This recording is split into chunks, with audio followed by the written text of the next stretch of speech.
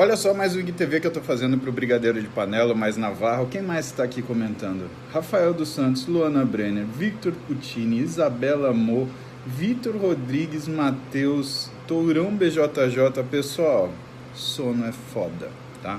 Então, rapidinho agora, menos de 10 minutos que a gente vai fazer esse IGTV para falar um pouquinho de sono. Primeira coisa que você tem que saber sobre o sono.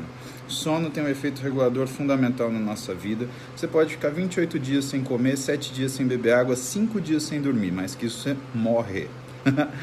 Pelo menos é o que falam os estudos. Então, entendendo o que sono faz pra gente, vamos começar numa situação que é o mal-estar que você sente depois de uma noite mal dormida, tá?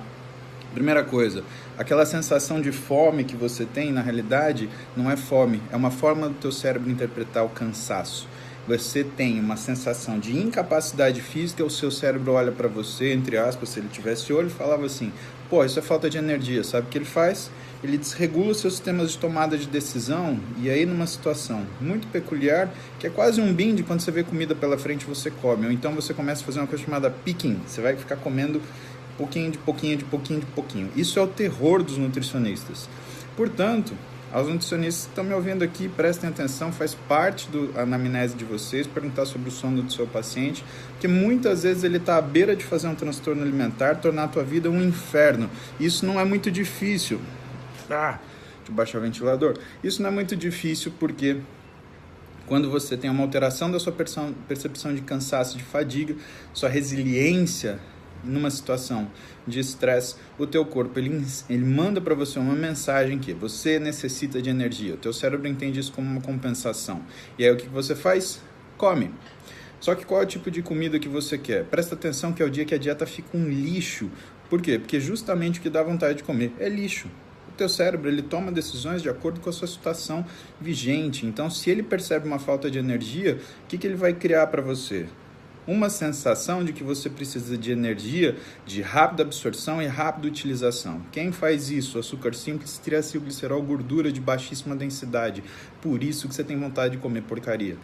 Então, o que acontece? Você tem vontade de comer rosquinha, você tem vontade de comer doce, você tem vontade de comer fritura, você tem vontade de comer fast food, você tem vontade de comer hambúrguer, você tem vontade de comer coxinha de padaria, tá? Isso é uma defesa do seu organismo por conta dessa sensação de falta ou dessa interpretação de falta de energia que existe. Mais que isso, teu cérebro entende essa sensação de cansaço como se fosse uma falta de recompensa. Aí, seu núcleo accumbente fala assim para você, cara, você tá chateado.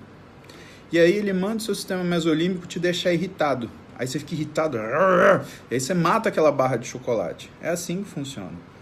Então, o sono ele acaba sendo um motivador de descontrole alimentar por duas razões distintas. Primeiro, a percepção de cansaço que determina uma necessidade de buscar energia, porque a interpretação é como se fosse uma carência energética. E segundo, uma sensação de satisfação que aparece e que normalmente nós não temos, porque nós vivemos equilibrados. Isso só do ponto de vista nutricional.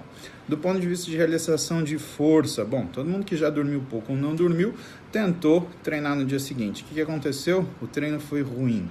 Pessoal, situações de carência de sono, o treino ele tem que ser uma coisa extremamente ajustada. Nessas horas, ter o treinador do seu lado faz com que ele perceba qual é a sua capacidade de realização de trabalho. Tanto do tipo do trabalho, se você vai fazer um trabalho mais de resistência, um trabalho mais de tensão, mais de força, quanto a duração desse trabalho. Quando ele percebe que já deu, o que ele faz? Interrompe seu treino. Mas eu aguentaria treinar mais. Você aguentaria treinar mais se você estivesse em condições normais. Lembra da CNTP, do cursinho? Nessas condições você aguentaria treinar mais. Se você não está na CNTP, se você não dormiu bem, se você não descansou, o que acontece? Você não tem condição de treinar o que você está acostumado. É essa a diferença. E o teu treinador, ele consegue te posicionar sobre isso. Mas eu não tenho treinador, o que eu faço? O que dá para você fazer numa situação de restrição de sono, sem agredir o seu corpo, normalmente é um exercício aeróbico de baixa intensidade e curta duração, ou então uma duração média. Isso vai te fazer sentir bem, às vezes é até indicado. Por quê? Porque ele consome a quantidade de adrenérgico que você libera por conta da restrição de sono, ele ajuda a ajustar essa sensação de estresse do organismo, essa resposta ao estresse, ou um exercício resistido, mas muita curta duração. Então você, em vez de fazer um treino inteiro de perna, você vai lá e faz um treininho de peitoral ou de braço. Pega músculos que tem um pequeno volume muscular e trabalha ele focal, mas coisa muito rápida, 15, 20 minutos. Isso daí o teu corpo tolera, ele até te ajuda a descansar, tá? Aliás, uma das coisas que eu vou falar pro pessoal da Polícia Militar, sexta-feira agora, atenção policiais, vou estar lá no auditório do Copom, dando uma aula para vocês de performance, saúde, servir e proteger, tá bom? Espero que vocês gostem. Então, continuando nosso papo, falamos de alimentação, falamos de treinamento, vamos falar de overtraining, overreaching. O treino é baseado numa coisa chamada overreaching funcional. Você treina mais que você pode, só que dentro daquilo que o seu corpo consegue recuperar. Isso chama overreaching funcional. Quando você sustenta um overreaching funcional numa intensidade disfuncional, o que acontece? Você entra num overreaching não funcional. E isso você consegue segurar por semanas, às vezes até meses, mas quando você passa do seu ponto de recuperação cronicamente, isso altera seus hormônios, e quando altera seus hormônios, isso chama overtraining. Muita gente vive em overtraining. E a preocupação que nós médicos temos é justamente fazer um diagnóstico rápido para os treinadores e nutricionistas, para eles entenderem o que está acontecendo, por que o sujeito não está respondendo à dieta, por que o sujeito não está respondendo ao treino. Isso é uma das funções principais, por quê? Todo mundo acha que overtraining quem tem é só atleta, e não é. Pessoas comuns têm overtraining. Comuns que não tem nada de comuns, né? Porque além do exercício em altíssima intensidade que essas pessoas têm, trabalho em altíssima responsabilidade. Famílias de altíssima demanda, esposas, filhos, tias-avós, pais, mães, todo mundo é ou não é? E nessa situação, pessoal, fica muito difícil vocês conseguirem fazer ajustes. Mulheres, uma preocupação adicional, quebra-pau da pílula anticoncepcional, vocês ficaram bravos. Outros foram lá, é isso aí, pau na máquina. É isso que a gente tem que fazer mesmo. Mas assim, verdade tem que ser dita, fato científico tem que ser distribuído. Não adianta nada conhecimento se você não pode dividir.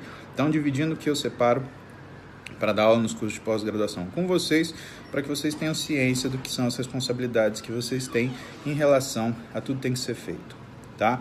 Fato é que anticoncepcional diminui a velocidade de recuperação. Então, uma das coisas que você começa a fazer é descobrir que existe uma situação de overtraining quando você tem uma facilitação, porque algum disruptor hormonal está em uso, seja ele qualquer tipo de substância, inclusive um anticoncepcional.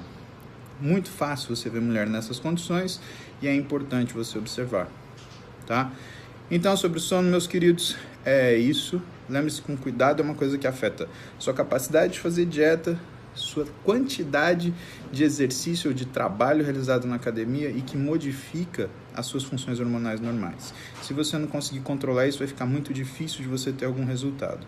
A gente consegue maquiar durante um tempo, mas a gente não consegue fazer isso perdurar pela vida toda, tá bom? Cuidando do sono de vocês, tenham uma ótima saúde, um beijo no coração, boa quinta-feira.